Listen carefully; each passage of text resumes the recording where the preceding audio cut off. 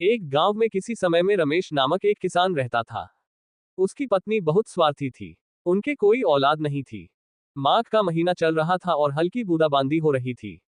रमेश सुबह बहुत जल्दी उठ गया और अपनी पत्नी से बोला, आज आसमान पर बादल छाए हुए हैं। मेरा मन चावल के पुए खाने को कर रहा है। पत्नी शाम को पति को खाना देने के बाद वह पुए बनाने बैठी। रात होने के कारण रमेश सोने चला गया।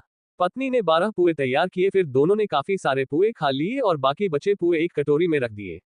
सोने से पहले उसने अपने पति को जगाकर कहा, मैंने पुए तैयार कर दिए हैं, पर मेरी एक शर्त है।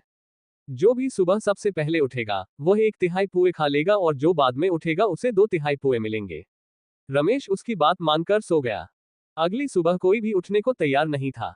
सूरज निकल आया था, फिर भी दोनों सोने का नाटक करते हुए खर्राटे ले रहे थे। आखिरकार रमेश को लगा कि वह अपने खेत पर किए जाने वाले काम की अवहेलना कर इस तरह सोया नहीं रह सकता। उसे तो खेत पर जाना ही होगा। उसे अपने से पहले उठते देख पत्नी ने कहा, तुम्हें केवल 1/3 पुए ही मिलेंगे। ठीक है, तुम 2/3 खा लो, पति ने कहा। रमेश रसोई में गया और ये देखकर हैरान रह गया कि वहां तो केवल कुछ ही पीठा है। उसने पत्नी से पूछा, बाकी पीठा कहाँ है? इतने सारे धान से इतने कम पीठा तो नहीं बन सकते हैं। रमेश ने एक कहावत सुनाई, मेरी बीवी सब पूरे खा गई और झूठ बोली कि मैंने इतने ही बनाए। उसकी पत्नी उन शब्दों में छिपे आशय को समझ गई। उसे अपने ऊपर शर्म आए और वह नदी से पानी लेने के बहाने वहां से चली गई। उसे नदी पर बहुत सारी औरतें मिली और उसने उन्हें पुए की बात कह दी ताकि मन का बोझ हल्का हो जाए। उसने बात ये कहते हुए खत्म की कि उसका पति वास्तव में भविष्यवक्ता है। ये बात धीरे धीरे पूरे गांव में फैल गई। एक गांव वाले की काली गाय खो गई थी। जब उसे 5 दिनों तक भी ढूंढने पर गाय नहीं मिली तो वह रमेश के पास गया, जो अब तक जान चुका था कि लोग उसे भविष्यवक्ता समझते हैं। संयोग की बात थी कि उस दिन सुबह ही उसने अपने खेत के पीछे एक खेत में गाय को ईख जैसी लंबी घास को चरते देखा था। इसलिए रमेश ने उस आदमी से कहा, मेरे खेत के पीछे जाओ, वहां तुम्हें तुम्हारी गाय मिल जाएगी। उस आदमी को वहां जाते ही अपनी गाय मिल गई। उसके बाद तो हर तरफ ये चर्चा होने लगी कि वह भविष्यवक्ता है। ये खबर राजा के पास भी पहुंची। संयोग की बात थी कि राजा का एक कीमती सोने का हार खो गया था, जिसकी कीमत 100,000 सिक्कों के बराबर थी। राजा ने हर जगह उसे ढूंढा पर हार कहीं नहीं मिला।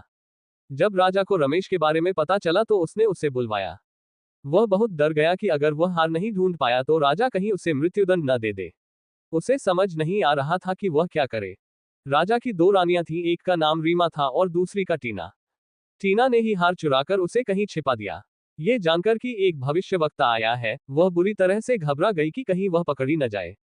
इसलिए वह उस कमरे के पास जाकर खड़ी हो गई जहां बैठा रमेश खाना खा रहा था, और दीवार के छेद से झांकने लगी। रमेश भी बुरी तरह से डरा हुआ था। वह जोर से खुद से बोला, ओह, आज अच्छे से खा लो, क्या पता राजा कल क्या करे। जब टीना ने ये सुना तो उसने सोचा, ओह, इस भविष्यवक्ता को तो पता चल गया कि चोरी मैंने की है। वह उसके पास आए और बोली, हे भविष्यवक्ता, इस राज को किसी को मत बताना। तुम जो चाहोगे मैं तुम्हें दूंगी। रमेश को तुरंत समझ आ गया कि टीना ही चोर है।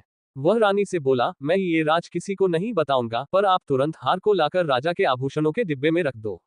रानी ने ऐसा ही किया। अगले दिन राजा ने उसे बुलाया और उससे कहा कि वह चोर का नाम बताए। भविष्यवक्ता राजा के सामने सिर झुकाते हुए बोला, मुझे नहीं लगता है कि आपका हार चोरी हुआ है। वह आपके आभूषण के डिब्बे में ही रखा हुआ है। राजा ने तुरंत अपना डिब्बा मंगवाया। जब उसे खोला गया तो हार उसमें ही रखा हुआ था। ये देख सब आश्चर्यचकित रह गए।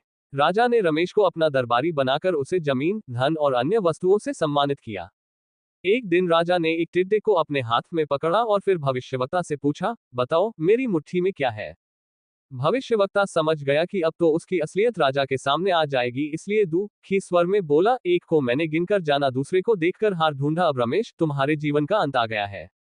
राजा को उसका नाम नहीं पता था। उसने सोचा कि रमेश से उसका मतलब टिड्डे से था। राजा ने टिड्डे को छोड़ दिया और रमेश को अपने राजसी वस्त्र उपहार में दे दिए।